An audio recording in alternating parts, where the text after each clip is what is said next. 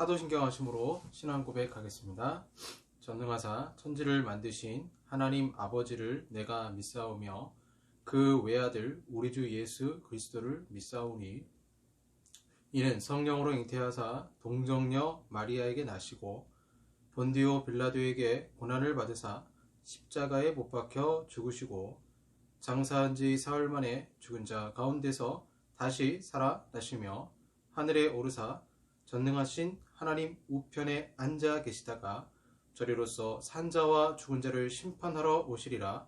성령을 믿사오며 거룩한 공예와 성도가 서로 교통하는 것과 죄를 사하여 주시는 것과 몸이 다시 사는 것과 영원히 사는 것을 믿사옵나이다. 아멘. 찬송 하시겠습니다. 환난과 핍박 중에도 성도는 신앙 지켰다.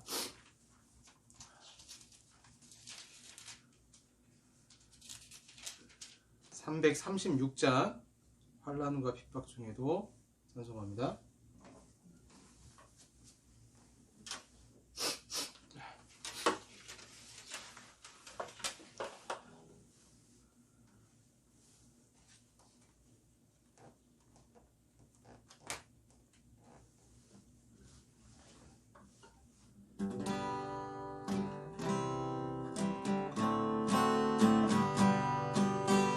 환난과 핍박 중에도 성도는 신앙 지켰네. 이 신앙 생각할 때에 기쁨이 충만하도다.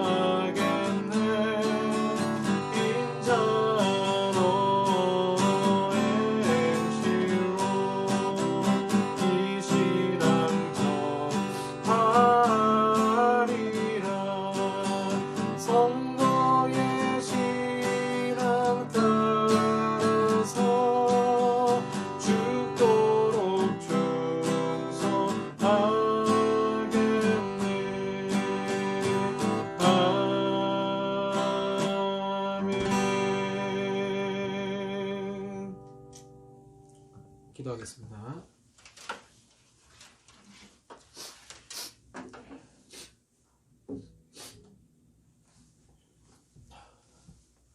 사랑의 아버지 하나님 감사합니다. 여전히 저희들을 사랑하시고 인도하시는 아버지, 한 주 한 주가 쉽지 않지만 여러가지 질병의 위협과 또 나쁜 이웃들의 해악하는 그 괴소문들과 또한 저희를 모함하는 사람들과 다윗이 고백한 것처럼 원수가 가장 가까이 있어서 나를 괴롭힐 때가 있고 사람으로 지치고 또 내 자신의 죄 때문에 지치고 고통스러울 때도 있지만 여전히 우리를 사랑하시고 인도하시는 아버지 하나님, 오늘도 이렇게 아버지 앞에 나아옵니다. 주께서 우리의 모든 죄를 십자가의 보혈로 용서하시고 이제는 거룩하기 위한 그러한 깨끗임을 받아서 주님을 더욱 닮아가는 저희들이 되게 하여 주시옵소서.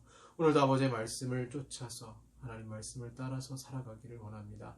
예배를 드릴 때에 우리의 마음을 다해 온 힘을 다해 드릴 수 있도록 주여 도와주시고, 예배를 드릴 때에 주님이 복을 내려주신다고 말씀하셨사오니 하나님 주시는 신령한 복으로 이 시간 우리 가운데 채우시고 역사하여 주시옵소서. 온전히 하나님의 임재한 가운데 성령의 능력 가운데 예배하는 이 시간이 되게 하여 주시옵소서. 주께서 이 시간에 우리 예배 가운데 임재하시고 역사하여 줄 것을 믿사오며 이 모든 말씀으로 주 예수 그리스도의 이름으로 기도하옵나이다. 아멘. 네, 성경 말씀 마태복음입니다. 마태복음 14장, 원래 본문이 22절에서 34절까지인데요. 조금 길어서 마태복음 14장 25절부터 보겠습니다. 마태복음 14장 25절에서 33절까지 말씀입니다. 제가 봉독하겠습니다. 밤사경에 예수께서 바다 위로 걸어서 제자들에게 오시니 제자들이 그가 바다 위로 걸어오심을 보고 놀라 유령이라 하며 무서워하여 소리 지르거늘 예수께서 즉시 이르시되 안심하라 나니 두려워하지 말라.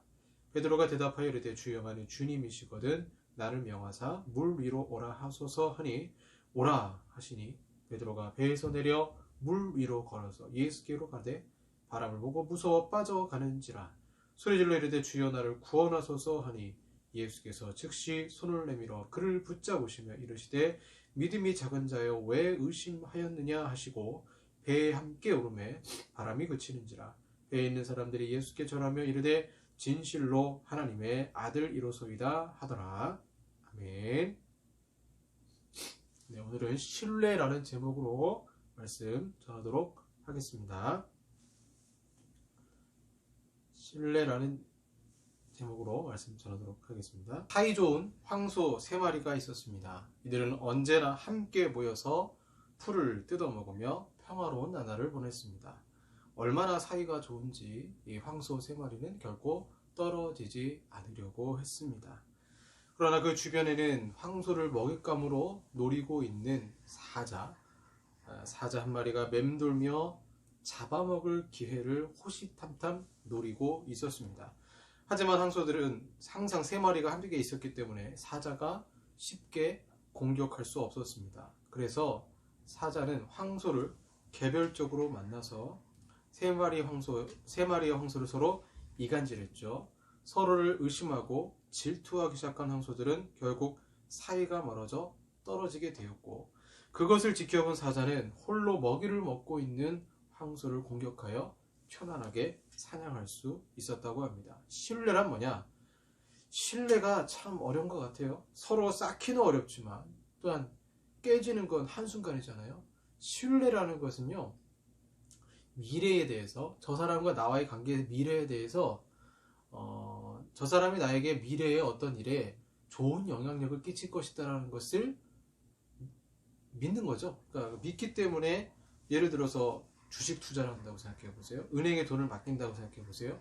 무슨 은행을 믿기 때문에 돈을 맡기는 거죠. 내 미래에 나에게 이익이 될 것이다 라는 것을 알기 때문에 신뢰하는 거죠. 근데 이 신뢰관계가 깨진다 그러면 특별히 다른 사람과의 관계 속에서 더 친한 사이일수록 그 신뢰가 깨지면 서로 간의 교류도 끊어지게 되고 서로 간의 불신이라는 바이러스가 침투해서 어려운 그런 관계를 지속시킬 수밖에 없습니다. 신뢰의 사전 정의를 보면요, 다음과 같습니다. 신뢰는 타인의 미래 행동이 자신에게 호의적이거나 또는 최소한 악의적이지는 않을 가능성에 대한 기대와 믿음을 말한다. 즉, 신뢰는 상대가 어떻게 행동할 것이라는 믿음 하에 상대방의 협조를 기대하는 것이라고 볼 수 있다. 타인의 미래 행동이 자신에게 호의적이거나 또는 최소한 악의적이지 않을 가능성에 대한 기대와 믿음, 신뢰로 이렇게 사전적 정의를 하고 있습니다. 우리가 하나님을 신뢰할 때도 마찬가지입니다. 언약을 체결하신 하나님, 나와 언약을 체결하신 하나님은 왜 우리가 하나님 믿냐면 하나님은 반드시 그 약속을 이루시기 때문에 우리가 믿는 거죠. 또한 그분은 사랑의 하나님이시기 때문에 우리에게 사랑의 하나님은 가장 선한 길로 인도하십니다. 여기서 선한 길이라 하는 것은 내 입장에서의 선한 길이 아니라 하나님의 입장에서 최선의 길로 인도하신다는 뜻입니다. 여러분, 신뢰는 이 세상을 지탱하는 힘이죠.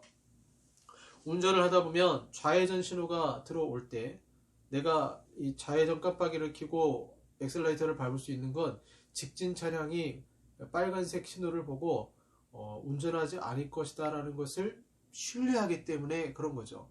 요즘은 부부 사이에도 신뢰가 중요한 것 같습니다. 남편과 아내의 관계에서도 신뢰가 중요하고요.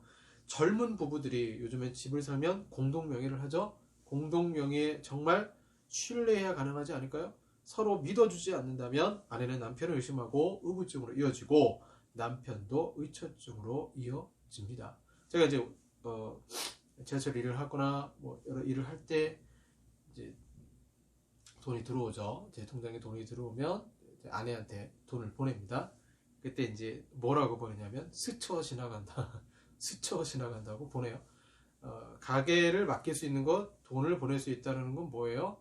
지혜롭게 그 돈을 가정에 필요한 것에 쓸 것이라는 것을 신뢰하기 때문에, 믿기 때문에 보내는 거죠. 믿지 못하면 너는 네가 관리하고 나는 내가 관리해, 이런 식으로 될 수밖에 없습니다. 그러니까 신뢰가 정말 그 사람 믿는다, 그 사람이 지혜롭게 할 것을 믿는다 그러면 그 사람에 대해서 계속 나와 미래를 함께 할 수 있다라는 그런 생각을 가지고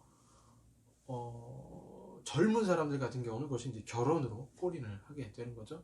요즘 제가 아는 친구가 뭐 연애를 했다가 실패했다가 연애를 했다가 실패했다가 그런 고민을 하더라고요.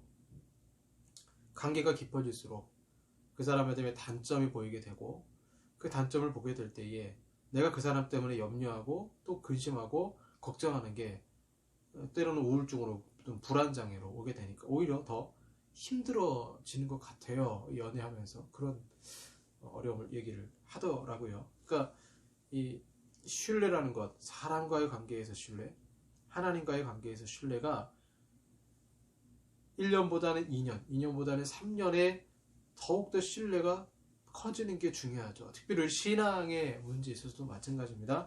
우리가 왜 하나님을 믿는가? 왜 하나님은 우리를 믿음의 길로 인도하는가? 왜 하나님은 우리를 고난 가운데 두시고 어려움 가운데 두시면서도 포기하지 않으시고 끝까지 사랑하시는가?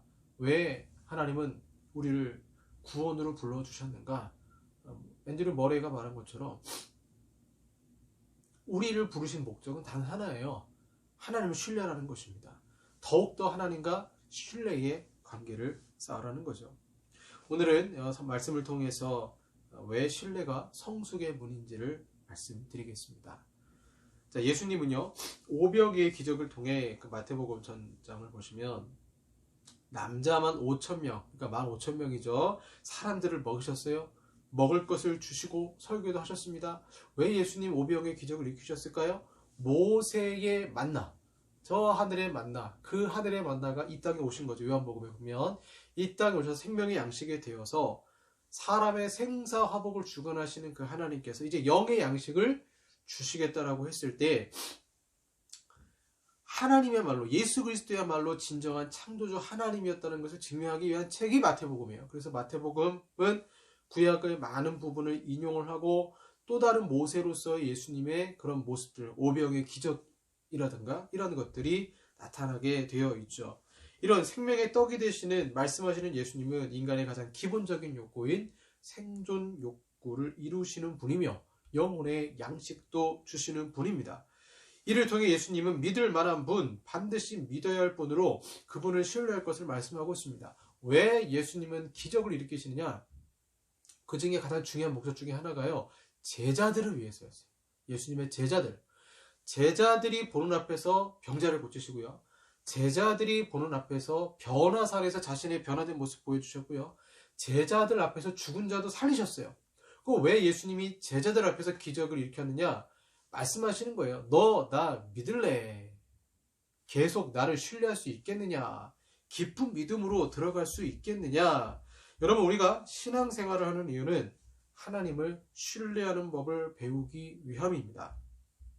내 삶이 궁핍이 찾아온다 할지라도 그분을 신뢰할 수 있습니까? 우리는 무언가 부족한 상황에서 가장 믿을 만한 사람에게 도움을 요청합니다.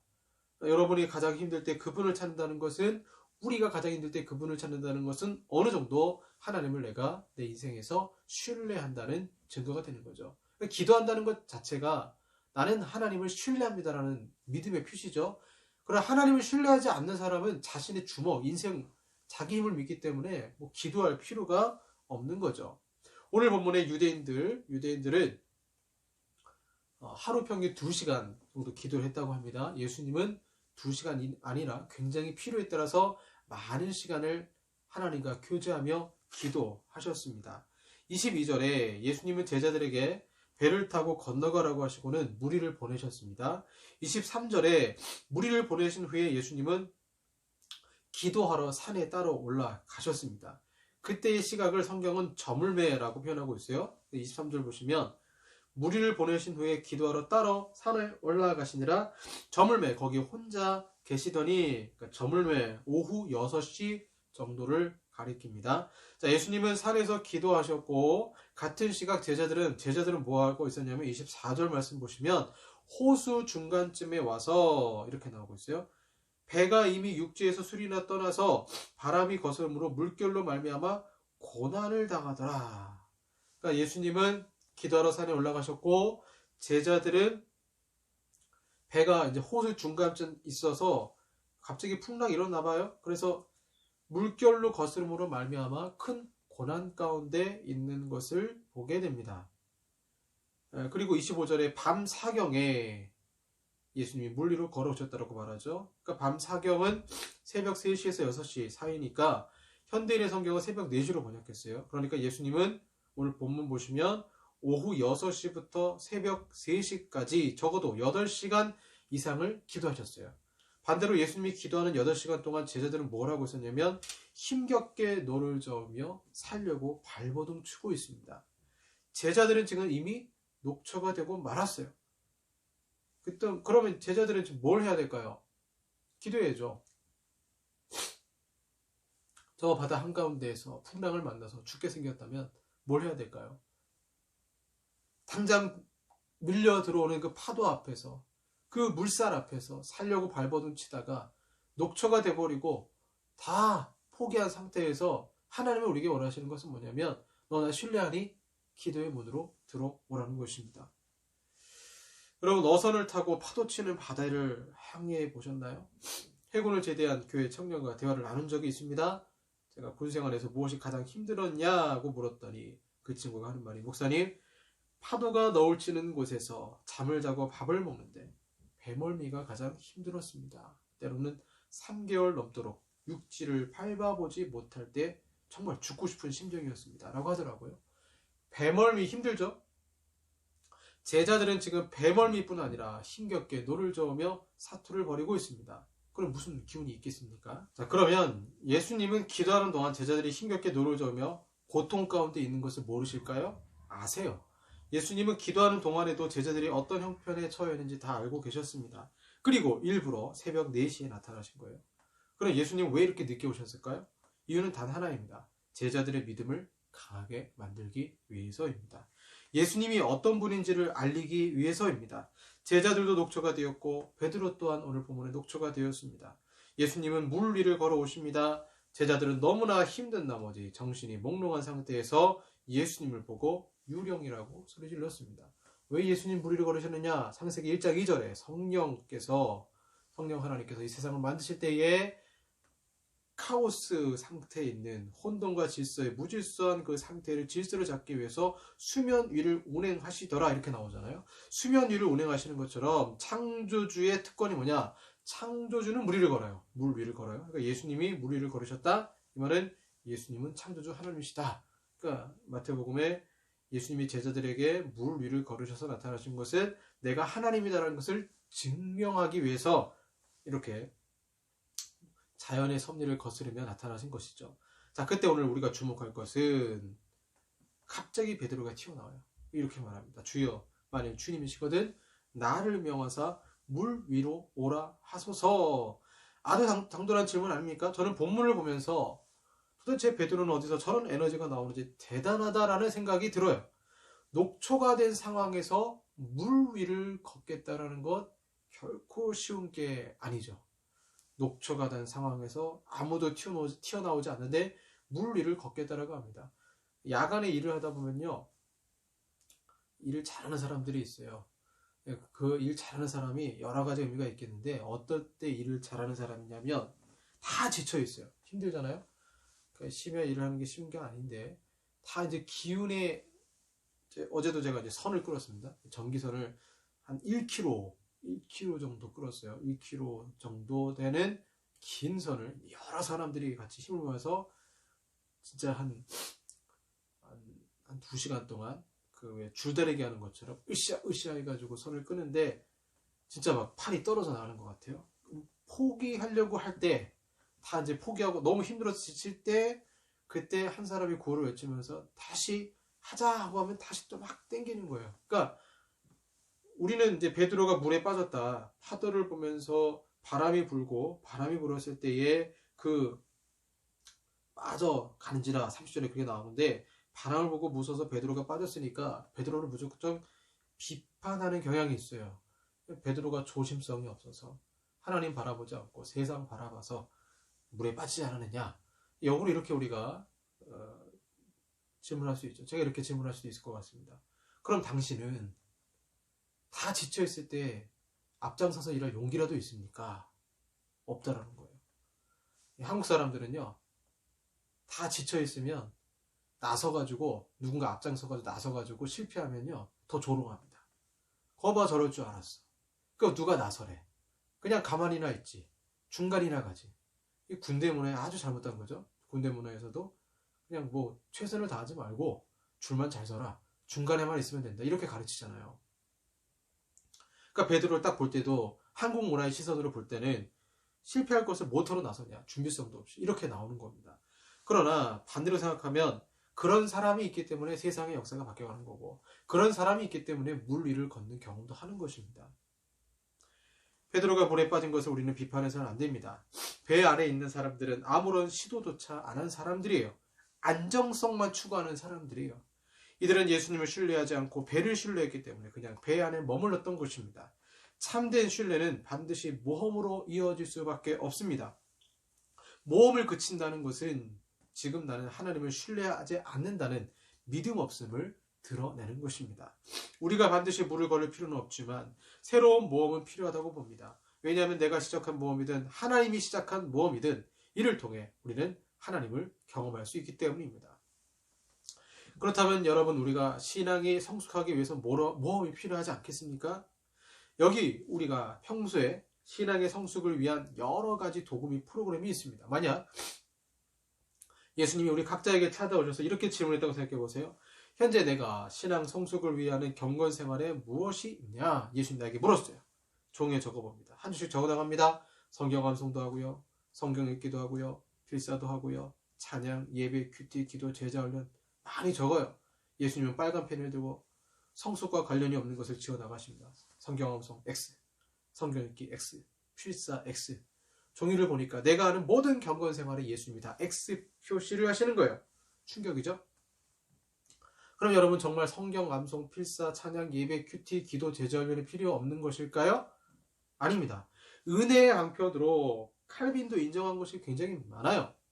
은혜의 방편으로 필요한 것이고, 이러한 경건 훈련을 통해서 우리는 하나님을 더 알아갈 수 있습니다. 그런데 예수님이 X 표시하신 이유는 성경 암송의 목적, 필사의 목적, 찬양의 목적, 예배의 목적, 큐티의 목적, 기도의 목적이 단 하나의 단어로 이루어지는데, 이를 빼먹고 그냥 습관적으로 하기 때문입니다. 그것이 무엇입니까? 바로 신뢰라는 것입니다. 이 모든 은혜의 방편을 감당하는 목적은 주님을 신뢰하기 위해서입니다. 그리고 신뢰할수록 주님과 관계가 깊어지고 신앙도 성숙하게 되는 거죠. 구약에 여러분, 물을 가른 사람은 종종 있습니다. 모세, 엘리야, 엘리사, 여호수아. 하지만 구약에 물 위를 걸은 사람은 없습니다.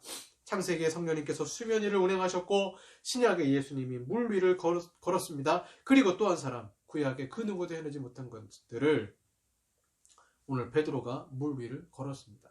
베드로는 위대한 일을 기대했고 시도했기 때문입니다. 본문의 마지막 장면이 아름답죠. 32절 보시면 배에 함께 오르매 바람이 그치는지라 이렇게 나와 있어요. 예수님을 향해 가다 물에 빠졌던 베드로, 예수님은 그의 손을 붙잡아 주셨고, 그러면 예수님 손 붙잡고 어떻게 됐을까요? 배에 올라갔겠죠. 같이 올라갔는데, 그러면 날아갔을까요? 뭐 뛰어갔을까요? 헤엄쳐서 갔을까요? 아니에요. 배 안에 뭐 구멍 튜브가 있는 것도 아니고 예수님 손잡고 걸어갔어요. 예수님 손잡고 걸어가는데 예수님께 가다가 넘어졌지만 이제 배 안으로 돌아올 때는 예수님 손잡고 마치 막 걷기 시작한 아이를 아빠가 손잡고 가는 것처럼 그렇게 걸어갔어요. 그럼 여러분 그 배 안으로 걸어가는 동안에 파도가 잠잠했을까요? 아니요. 32절 보시면 배에 함께 오름에 바람이 그치는지라. 바람이 언제 그칩니까? 배에 함께 올랐을 때 그쳤어요. 그러니까 베드로가 처음에는 바람을 보고 무서워서 넘어졌지만, 실패했지만 예수님이 그의 손을 붙잡고 여전히 바람이 불어요. 파도가 너울치는 그곳에서, 물결이 너울치는 그곳에서 베드로는 예수님 손잡고 물 위를 걸으며 배 안으로 들어갔던 것입니다. 우리에게 적용해 본다면 우리가 열정을 가지고 믿음으로 모험하며 인생을 살 때 분명 고난과 역경을 만나게 돼요. 여전히 바람이 불 때 여전히 힘들 수 있습니다. 그러나 확실한 것은 두려움이 사라졌다는 것입니다. 베드로가 바람을 보며 무서워했던 인생에서 이제는 주님과 동행하는 인생으로, 그리고 위험한 호수를 건너갈 때 내가 예수님 손을 붙잡고 간다는 이 신뢰의 형성이 그의 신앙의 성숙으로 이어지는 것입니다. 우리는 반드시 하나님을 신뢰해야 할 때가 있습니다. 만약 남편이 직장을 잃었다고 생각해 보세요. 가족 중에 누군가 아프다고 생각해 보세요. 인생이 평안할 때는 내가 하나님을 신뢰하는지 안 하는지 드러나지 않지만 인생에 고난이 오면 바람을 보고 무서워하던 인생이 하나님께 예배를 드리고 큐티하고 성경 읽고 했던 모든 것들이 이때 이제 내 삶에 적용하기 시작하면서 약속의 말씀을 붙잡으면서 하루하루 이제 주님만 신뢰하면서 물 위를 걸어가는 것입니다. 어쩌면 인생은 물 위를 걸어가는 거죠. 텀벙텀벙 빠질 수밖에 없지만 주님이 일으켜주시고 건너가게 하시는 거죠. 그렇게 고난의 바다를 건너갈 때 우리는 알게 됩니다. 아, 하나님, 당신은 정말 신뢰할 만한 분입니다. 배 안에 있는 사람들은 경험하지 못한 것을 베드로는 경험했습니다. 우리는 베드로를 너무 쉽게 비판합니다. 물에 빠졌다라고 말합니다. 하지만 그럴 용기라도 우리에게 있는가 생각하면 굉장히 우리는 작은 사람이 될 수밖에 없습니다. 하나님을 신뢰하십시오. 신앙의 목적을 하시고 점점 더 세월이 흐를수록 주님과 신뢰의 관계를 높여가는 저 여러분들 되기를 바랍니다. 기도하겠습니다. 사랑의 아버지 하나님 감사합니다. 베드로가 물에 빠졌더라고 우리는 쉽게 비판하지만 우리는 그럴 용기마저 없어서 물 위를 걸을 시도조차 안 할 때도 많았습니다. 나보다 믿음의 용기를 가지고 나선 사람들을 우리는 쉽게 비판하지만 하나님, 오히려 그들을 위해 중보 기도해야 될 그런 사명이 저희들에게 있습니다. 때로는 우리에게 신뢰하라, 하나님을 신뢰하라 말씀하시는 주여, 믿음의 용기를 가지고 주님과 그 신뢰의 관계 속에서 한 걸음 한 걸음 나아가 승리하는 저희들이 되게 하여 주시옵소서. 예수님 이름으로 기도합니다. 아멘. 헌금 찬양하겠습니다. 주님이여 이 손을 꼭 잡고 가서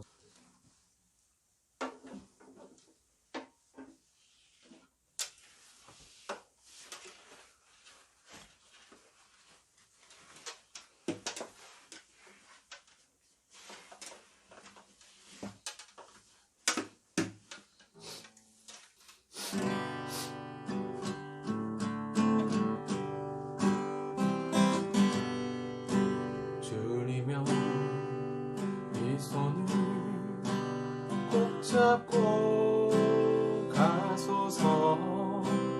약하고 피곤한 이 몸을 폭풍을 감소 해치사 비추고 손잡고 날 인도하소서.